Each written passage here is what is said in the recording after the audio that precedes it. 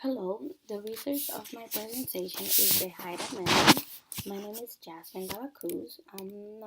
My question is, how does the Hyde Amendment further restrict the rights of low-income women and minorities in the United States? My thesis statement is, the Hyde Amendment restricts the rights of low-income women and minorities in the United States. Low-income women do not have the money or resources to have private health care, and this forces them to rely on federal Medicaid. And since the Hyde Amendment consists on blocking funding for abortion, they are being restricted of their rights. So a little background. So what is the Hyde Amendment? As I said, the Hyde Amendment is a law that restricts abortion funding through Medicaid, except for when pregnancy puts women's life in danger and if the pregnancy was a result of rape or incest. And this law was passed in 1976 by Congress. So why is this law controversial? Why is it important? Why should we care about it? So this law is unconstitutional and unjust as it takes away the rights of minorities by making restrictions that makes it impossible for them to exercise their rights to choose whether they want to to have an abortion or not. So I found this picture on the internet. It says the Hyde Amendment is a 4-year-old ban on federal funding for abortion upset in cases of rape, incest, or threat to a woman's life. The second one is the one where I'm mostly interested in, which says a restriction we must repeal to make abortion care available to all, not just those who can afford it. This is one of the main points in my research, which is why if all women have the right to choose whether they want to have an abortion or not, why must this right be restricted due to the fact that some women don't have the money or the necessary resources to exercise it? Since it's a right that is available to all, why shouldn't all be able to do it?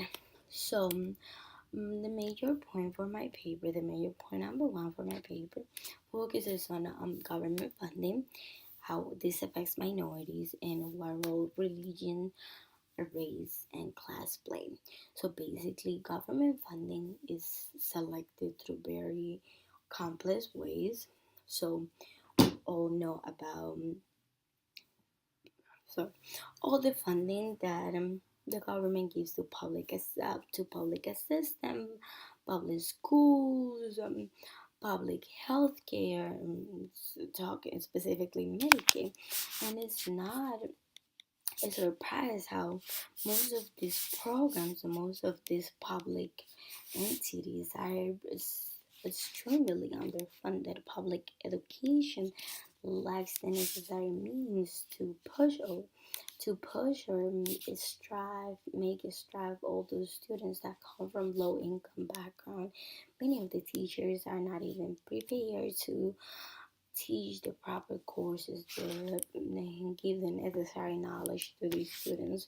So this specifically ties to Medicaid. So Medicaid is also extremely underfunded by stopping abortion from being part of it and just giving women the minimum protection of their health that they can. This is especially unconstitutional. So, how does this affect minorities? Well, minorities are already at a disadvantage as they're minorities. But when they have all these programs that are supposed to help them and they don't actually help them because they're completely underfunded, where does that leave them? What do they do now? They don't have the means or anything to do this. So when you have minorities struggling and let's say they are opting to have an abortion, then why must they have to look for money that they don't even have or they can't even get just to exercise this right that they have already been given? So what role does race, class, and religion play? It's not I'm sorry. It is not a lie that a lot of minorities come from the Black and Hispanic communities, which are usually low class.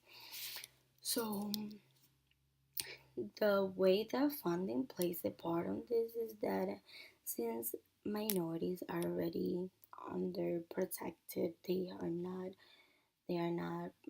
very well protected, they are not very well recognized, their voice are not being heard.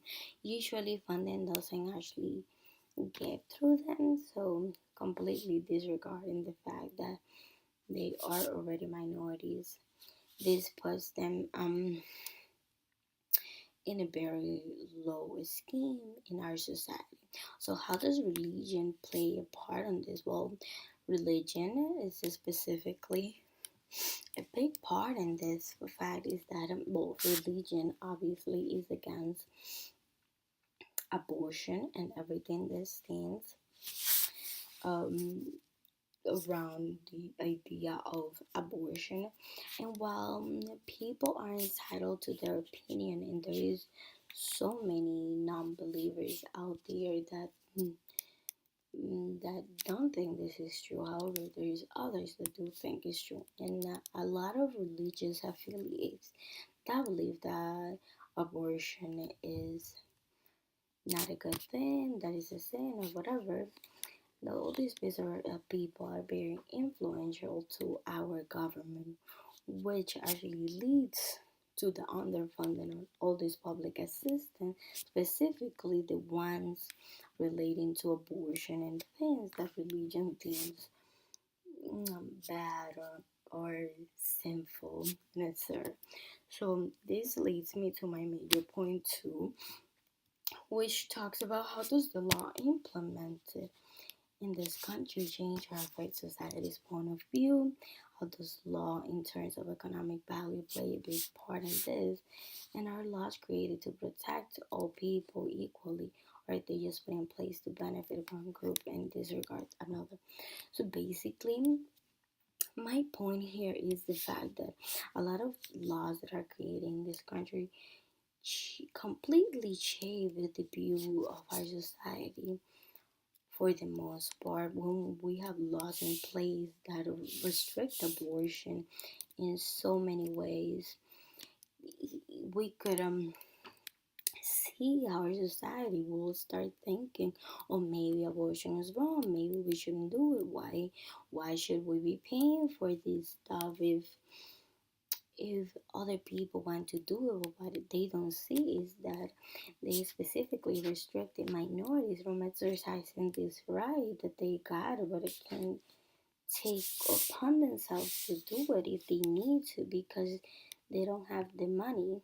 So why is it that money gives more rights to people than others? And this gets to my bottom point, which is, our laws created to protect all people equally, or are they just put in place to benefit one group in this regard? I believe that specifically the Hyde Amendment has been put in place to protect to benefit one group and disregard the other. With this Hyde Amendment, minorities are completely disregarded as they are not being cared for. They are put into a position where their needs are not being met, and those who have money and the necessary resources to exercise their right usually are benefiting from these laws. They're not either benefiting or being affected from it because they have the money to do whatever they want. So, in conclusion, just to wrap it up, um, why is this a problem? Why should we do to change it? Basically, this law that has been put in place has been restricting minorities from exercising their rights that they were given from Roe v. Wade, where it was constitutional for women to have an abortion if they wanted to. So this is specifically unconstitutional because those who have money are being able to do these things without any problem, while others that don't, specifically minorities, are having a problem with this because they don't have the money to exercise this right. So what should we do to change it? Well, There is many laws that could be changed. There's many things that could be put in place for us to change this specifically.